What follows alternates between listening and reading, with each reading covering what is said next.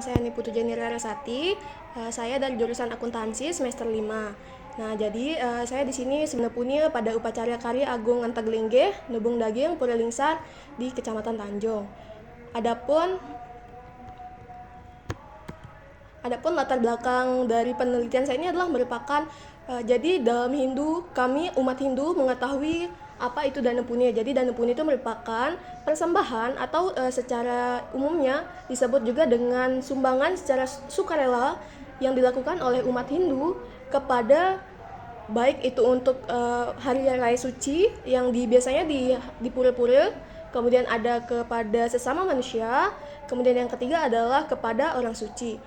Jadi dana punya ini merupakan suatu persembahan tulus ikhlas yang dilakukan oleh umat Hindu diberikan kepada pura ataupun orang-orang suci. Yang melandasi dari dana punya ini adalah tulus ikhlas, tanpa pamrih dan tanpa terikat oleh apapun. Adapun penelitian-penelitian terdahulu yang meneliti tentang dana punya melakukan bahwa dana punya ini merupakan suatu sumbangan yang tidak wajib tetapi biasanya akan dilakukan oleh umat Hindu. Karena apa?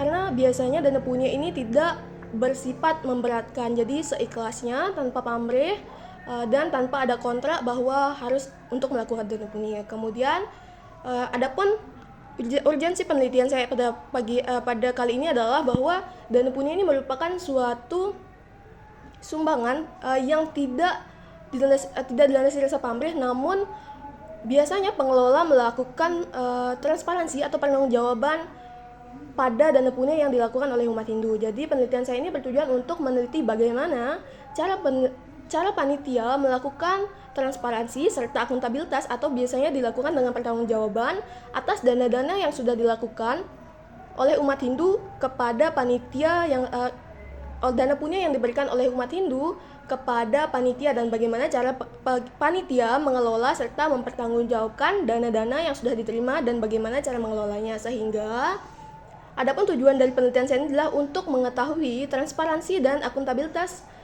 dana punya yang dilakukan oleh panitia Karya Agung Antaglingge ini. Kemudian adapun metode yang saya lakukan dalam penelitian ini adalah yang pertama, penelitian ini merupakan penelitian kualitatif dengan pendekatan etnografi, yang mana pendekatan etnografi merupakan penelitian yang dilakukan dengan meneliti budaya-budaya yang didasari oleh antropologi. Kemudian penelitian ini didasari dengan non-positivisme, yang mana penelitian ini saya lakukan di Pura Lingsar Tanjung, KLU Kabupaten Lombok Utara. Adapun subjek dan narasumber yang saya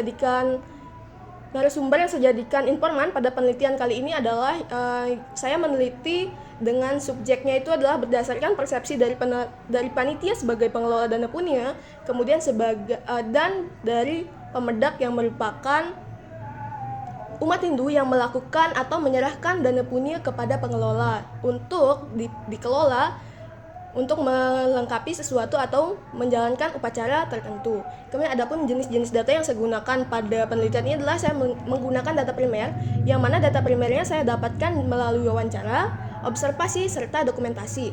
Kemudian setelah data-datanya saya terima, datanya saya akan olah dengan melakukan reduksi data, yang mana pada reduksi data ini saya melakukan penyaringan data atau mengolah data-data yang mana yang relevan dengan tujuan dan urgensi penelitian saya, yang mana pada reduksi data ini saya memilah yang mana data yang harus dimasukkan dan tidak seharusnya masukkan pada penelitian. Sehingga setelah data-data sudah terkumpul, saya melakukan penyajian data. Setelah penyajian data sudah saya lakukan, maka saya menarik kesimpulan dari data-data yang sudah terima. Kemudian selanjutnya adalah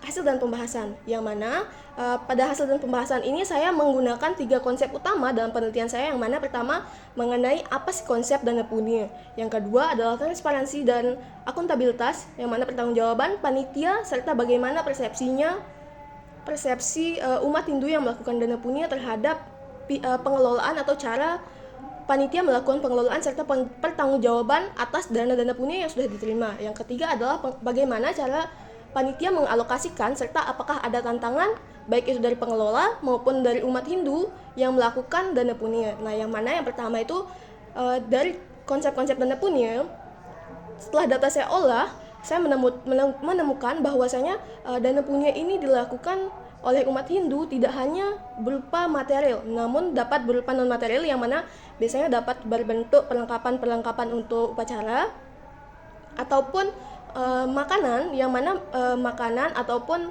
beras, gula, dupa ataupun sarana perlengkapan umat Hindu. Nah, yang mana di dana punya ini dia dilandasi tulus ikhlas, tanpa kontrak dan tanpa pamrih. Jadi siapapun yang ingin berdana punya diperbolehkan. Adapun waktu dan pelaksanaan dana punya ini biasanya umumnya dilakukan pada saat pra upacara suatu hari raya suci ataupun pada saat hari raya sucinya.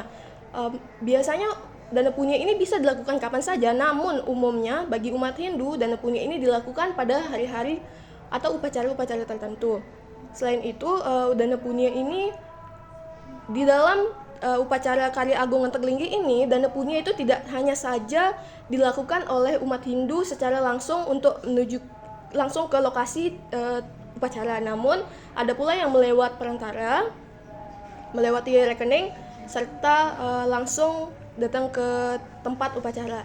Selain itu, dana punya ini pihak pengelola atau panitia upacara melakukan penarikan atau permintaan dana punya ini tidak hanya saja melalui sumbangan sukarela, namun pihak panitia ini juga melakukan penyasaran proposal. Nah, yang mana penyasaran proposal ini dilakukan kepada lembaga-lembaga ataupun pengusaha serta umat Hindu yang dianggap memiliki kapabilitas untuk mencarikan dana punya. Hal ini kenapa? Karena upacara Karya Agung Antaglinggi ini merupakan upacara yang dilakukan selama 10 tahun sekali, di Pura Lingsar ini khususnya dilakukan 10 tahun sekali, dan itu memerlukan dana yang cukup besar. Sedangkan dana punya yang dihimpun dari masyarakat umum biasanya tidak memadai. Selain dana punya, biasanya pembiayaan dari upacara ini dilakukan kepada atau dikenai kepada pihak Banjar yang dimana itu merupakan wajib. Jadi dalam pembiayaannya upacara. Mohon maaf, Putu Jenny, Ya? waktunya sudah habis. Oh iya Kak.